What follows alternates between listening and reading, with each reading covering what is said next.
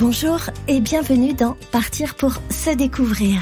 le podcast qui retrace le parcours de ces jeunes, étudiants, en recherche d'emploi, porteurs de projets ou bien encore explorateurs, qui, âgés de 18 à 30 ans, ont osé franchir le cap pour réaliser leur plus grand rêve, celui de partir à l'étranger. Du Canada, en passant par l'Espagne ou bien encore la Suède, Partir pour se découvrir vous amène aux quatre coins du monde, à la découverte de ces jeunes qui ont décidé de prendre leur destin en main. Je rêvais déjà depuis mes 18 ans de faire un plus long voyage à la fin de mes études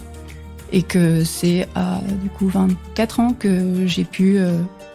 avoir un diplôme et suffisamment d'économie pour me dire « Ok, c'est parti, c'est maintenant ». Moi, je m'en suis toujours sortie par le biais de ces volontariats-là et qu'il suffit vraiment de pas grand-chose et qu'après aussi faire des travails, parfois un travail saisonnier, un mois par-ci, un mois par-là, on a toujours besoin de main-d'œuvre là-dedans et c'est aussi un moyen de remettre un peu des sous dans le portefeuille quand on en a besoin. Cette première année de voyage en France, c'était aussi une année très lourde et forte en émotions. Je pense que le voyage, peu importe où il se fait, dans quel pays, en fait, le fait même de se mettre en position inconfortable, on va dire, d'aller rencontrer des gens, des lieux et des univers qui sont pas les nôtres, c'est une expérience dont on ne sort pas indemne. De pas avoir peur que c'est quelque chose qui ne serait pas accessible à tout le monde. Le fait d'être partie, ça me fait revenir différemment et avec une énergie différente. Depuis son plus jeune âge, Fanny Paillard est passionnée de voyage. Après avoir grandi en Provence, à côté d'Arles, elle profite de ses études pour circuler un peu partout en France. D'abord à Montpellier, puis à Lyon, et rejoint ensuite la Belgique pour s'installer à Bruxelles, où elle vit encore aujourd'hui. Diplômée d'une école d'art, Fanny décide de faire une pause avant de se lancer dans la vie professionnelle et de réaliser son plus grand rêve, celui de partir à l'aventure à la découverte de nouvelles cultures. Ça faisait déjà assez longtemps que j'avais pour projet de partir, parce que aussi, je pense que j'ai eu le privilège et l'éducation qui m'a permis de voyager étant plus petite. Et donc du coup, c'est quelque chose que j'alimentais aussi déjà, une envie que j'alimentais déjà tous mes étés en partant un petit peu sur des plus courtes durées, sur une semaine, 2 semaines ou un mois, en allant dans les pays de l'Est, en stop, seule ou avec des amis.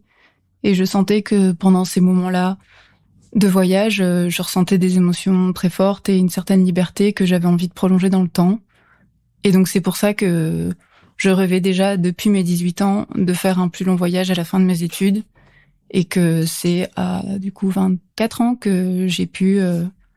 avoir un diplôme et suffisamment d'économie pour me dire « Ok, c'est parti, c'est maintenant ». Au moment de préparer son voyage, Fanny se voit bousculée dans ses plans. Très vite, elle rebondit, motivée par l'idée de faire de cette expérience une aventure unique. Le fait est qu'à ce moment-là, donc c'était en juin 2020, au moment où j'attendais avec impatience la fin de ces études pour partir en voyage, qu'en fait est arrivé en février le Covid. Et donc le fait de plus pouvoir partir à cause du Covid, j'ai dû repenser mes plans et mes projets de voyage. Et donc en fait, je me suis dit que c'était une bonne opportunité de commencer un voyage qui du coup se déroulerait en France et non pas à l'étranger, et de pouvoir sur plus ou moins le long terme découvrir de nouvelles choses, faire de nouvelles choses de mes mains, rencontrer de nouvelles personnes, de nouveaux projets. Du coup, c'est un voyage qui s'est étalé sur 2 ans finalement, avec d'abord 1 an en France où j'ai fait surtout des volontariats, et puis en fait à la fin de cette année-là, l'envie d'aller vers un pays plus chaud, une autre culture, et donc du coup qui s'est étalé une 2e année, donc ça en 2021-2022, sur les routes d'Espagne et du Portugal où j'ai un peu fait un tour avec mon Kangoo, et aussi par le biais des volontariats et parfois seulement aussi par les rencontres et le bouche à oreille pour trouver des endroits où se poser et travailler, et donc toujours un peu rebondir comme ça. Durant 1 an, Fanny sillonne la France en passant par la Corse, les Cévennes, la Bretagne, l'Ardèche et l'Ariège, à la découverte des lieux alternatifs qui se développent de plus en plus sur le territoire. Avide de rencontres, Fanny voyage par le biais du volontariat, qu'elle considère comme le moyen idéal pour vivre de vraies expériences. De se projeter et de voyager par le biais du volontariat, c'est clairement une manière de dépenser très peu d'argent. Parce que en fait, on n'a pas tellement à réfléchir à la question du logement ou de manger,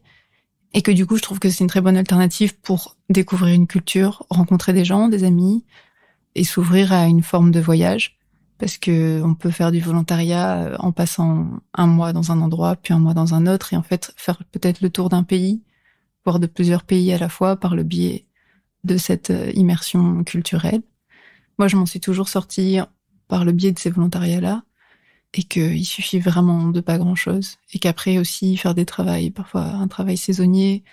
un mois par-ci, un mois par-là, on a toujours besoin de main-d'œuvre là-dedans, et c'est aussi un moyen de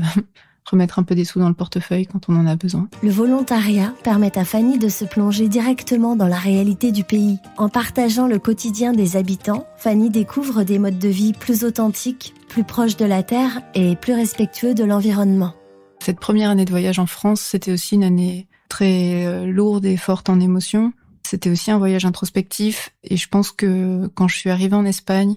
et que j'ai atterri dans cet endroit, donc une grande maison où je travaillais 5 heures par jour dans un jardin, et où j'étais complètement immergée dans de nouveaux paysages, une autre langue, une nouvelle culture. Et j'ai senti une connexion très forte avec les gens là-bas. Et je pense que je me suis jamais sentie aussi bien et aussi épanouie que pendant ces 3 premiers mois en Galice, après un an de voyage. Et même après, sur le reste de mon voyage, c'était les moments les plus bons et les plus beaux. Du coup, je pense que le voyage, peu importe où il se fait, dans quel pays, en fait, le fait même de se mettre en position inconfortable, on va dire, d'aller rencontrer des gens, des lieux et des univers qui sont pas les nôtres, c'est une expérience dont on ne sort pas indemne. Mais voilà, si je peux dire mes meilleurs souvenirs, je pense que c'est quand même, mine de rien, la Galice, qui est une région en Espagne où j'ai passé beaucoup de temps cette année dernière et où j'ai rencontré des gens incroyables et où je me suis vraiment plongée dans une autre culture, et c'est une région pleine de paradis et de secrets. Avec le recul, Fanny réalise à quel point son voyage aura été aussi pour elle une occasion de vivre un vrai moment d'introspection. En fait, j'encouragerais n'importe qui à vivre ces choses-là, ne serait-ce que pour réaliser aussi tout ce qui compte pour soi. Genre moi, c'est en partant loin que je me suis rendu compte à quel point j'avais besoin d'être proche de mes amis, et que c'était bon et bien de se sentir entouré et de se sentir aussi bien quelque part. Et en fait aussi, voyager, vadrouiller, c'est pouvoir se poser toutes ces questions-là et apprécier le fait d'être loin et seul et libre, mais aussi apprécier le fait de revenir et d'être bien et entouré. Aujourd'hui, Fanny souhaite passer un petit message à celles et ceux qui, comme elle, rêvent de partir à l'aventure avant de se lancer dans leur carrière professionnelle. De pas avoir peur que c'est quelque chose qui ne serait pas accessible à tout le monde, parce qu'il y a plein de manières différentes de voyager et que tout le monde peut trouver son compte là-dedans, autant en termes de perspective de voyage que d'économie. Il y a vraiment des opportunités pour n'importe qui, et que je pense que parfois on a l'impulsion